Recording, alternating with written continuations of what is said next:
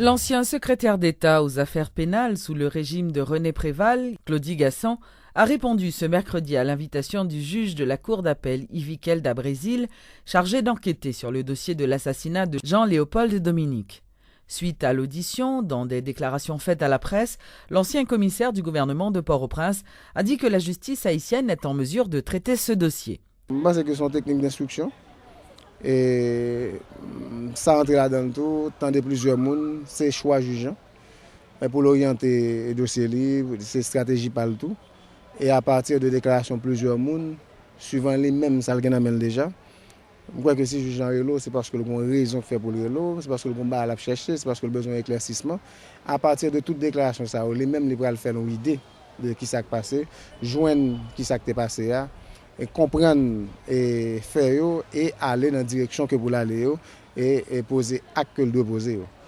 Il y a un peu de monde qui est au courant, il y a un peu de monde qui soit de près ou de loin qui a information sur le dossier.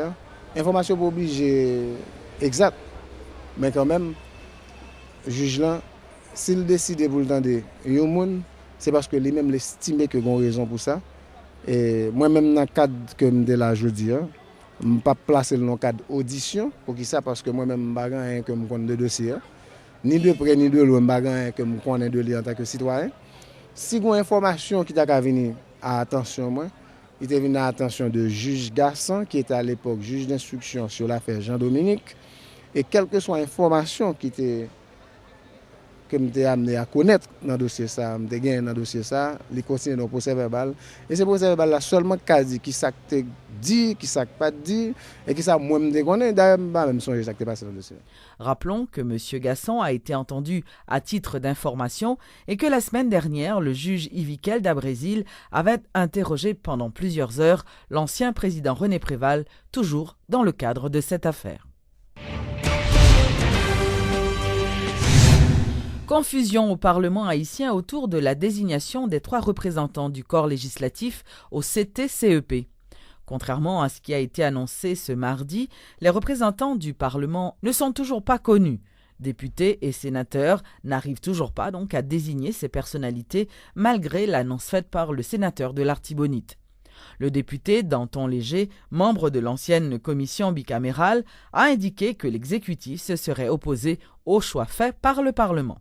Nous accomplissons l'émission parce que nous agissons selon les termes de référence. Dans les termes de référence, il était question que les commissaires, que les députés commissaires choisissent un membre. Ce que nous faisons, et nous déposons sur le bureau président de la Chambre des députés. Députés ont choisi un membre, sénateurs ont choisi un membre, et puis, filles, nous choisissons par consensus. Moi, je dis que dans le niveau PAM, je vais job PAM, et je dis que Palais national, pas avec Pierre Simon Georges. Les présidents ont choisi mon palais. Nous avons dit que mon pour choisir. Nous avons remis moi-même pour Pierre Simon Georges, pas passé, ou bien pour nous exécuter la vie. Imposons mon là. Il n'est pas capable. Il n'est pas capable. Ça veut dire que c'est l'élection président pas avec. Comme il n'y a pas d'élection, on te dit ça pour faire. L'ennemi 1er janvier 2014, le président a obligé de jeter, même un sénateur a jeté autour. Député a jeté autour, parce que nous ne pouvons pas comprendre que y a 3 grands corps dans l'État pour une élection, nous ne pouvons pas faire, parce que nous ne pouvons pas mettre un petit CEP.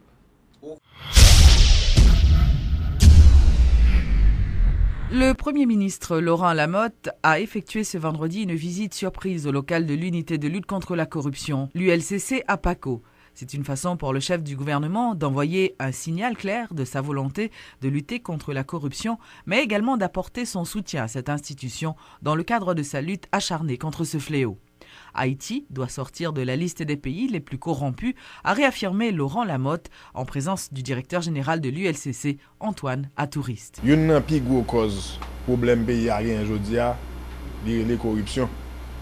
Donc, je viens là pour m'accompagner premièrement directeur général de l'ULCCA dans la mission pour moi qui ça que a besoin en termes de moyens pour qu'elle fonctionne plus bien.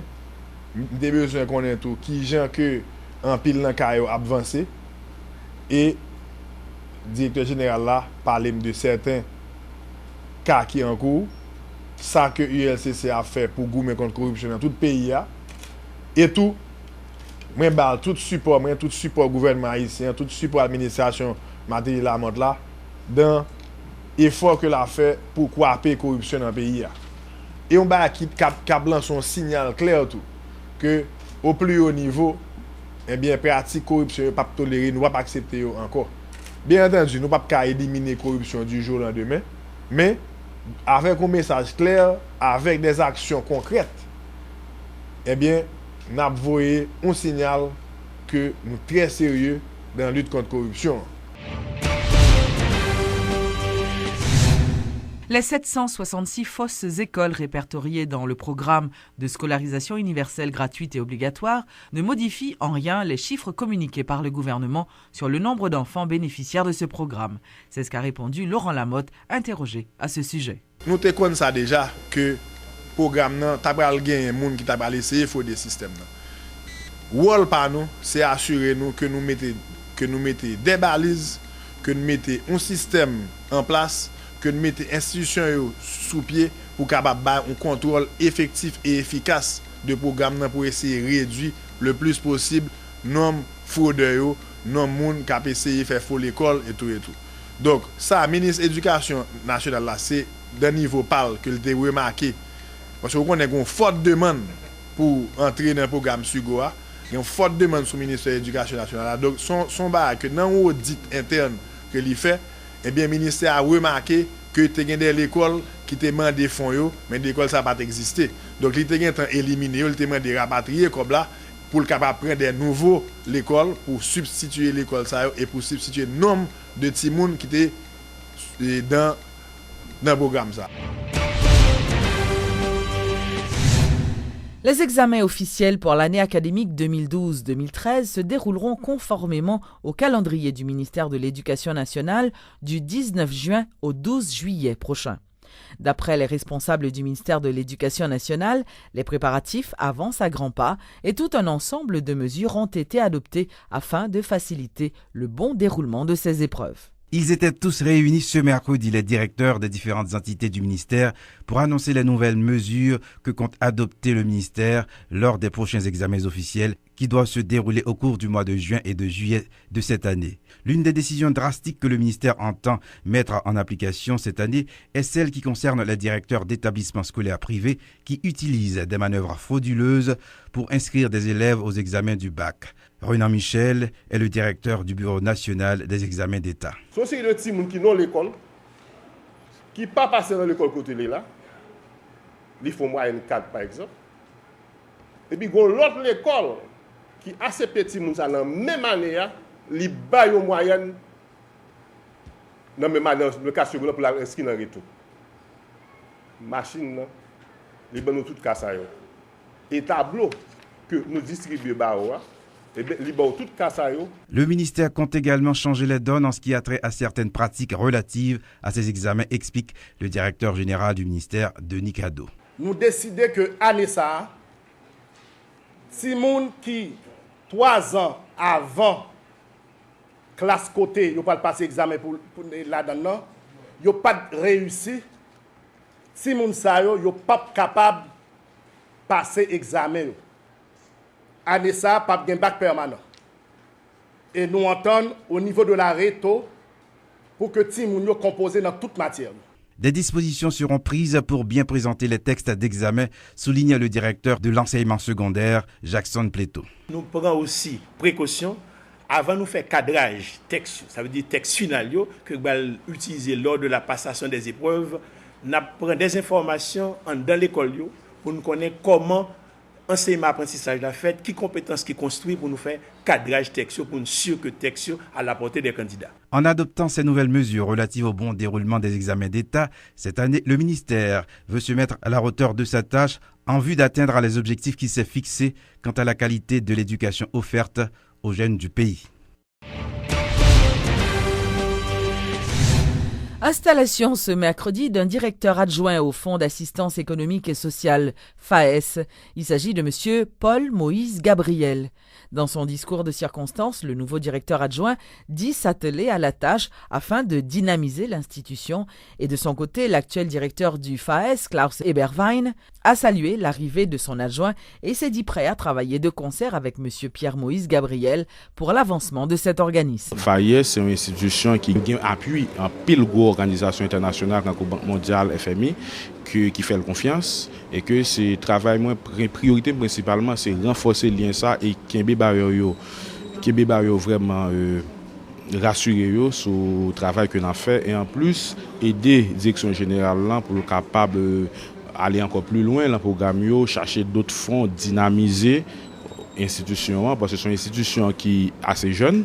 Il y a 20 ans, mais c'est une institution qui est très importante pour l'État haïtien, pour le gouvernement haïtien, parce que c'est vraiment son instrument qui permet d'accélérer justement les résultats, qui permet d'accélérer l'attente population. Donc, tâche moins, c'est pas vraiment pour booster la direction générale, booster tous les collègues pour nous capables de le meilleur de nous-mêmes. Parce que Jean-Président Remendil, ça que l'a cherché avant tout, c'est résultat. Donc, c'est résultat.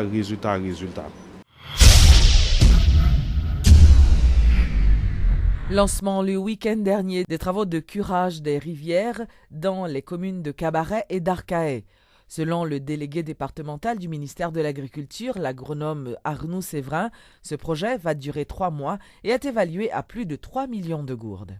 Dans la rivière Torcelza, dans l'année 2008, en septembre, après 3 cyclones qui sont finis passer, et spécialement le cyclone Ike, il y a gagné près de 72 personnes qui étaient morts dans la zone et près d'une trentaine qui morts à cause du débordement de la rivière Torcel. Alors, le ministère qui dit le travail de la mer à la montagne, c'est important pour résoudre le problème que la rivière a bail. Nous avons besoin de l'eau pour faire irrigation et non de l'eau pour tuer les gens. Alors, lui lancer un ensemble de travail dans le bassin versant rivière et dans la rivière même. Et c'est le cas pour la rivière Torcel, côté que avec un film qui est le ABDF construction, gagne dans la rivière Torcel près de 5,5 km. Et dans les rivières que nous parlons fait et curage et en plus et relèvement et de berges. La Fondation Rebo a fait un don de plus de 7 000 $ américains à l'école hôtelière dans le but de lui permettre d'acquérir du matériel didactique dans le cadre de la formation de ses étudiants. Au-delà de valeur équipement, ça que Rebo vraiment engagé pour le faire, c'est accompagner l'école de manière à ce que l'appareil soit maintenu, ce qui sont un bagage que nous pas ajouté dans valeur équipement, mais qui peut demander que régulièrement nous voyons techniciens nous là pour vérifier que l'équipement est en état.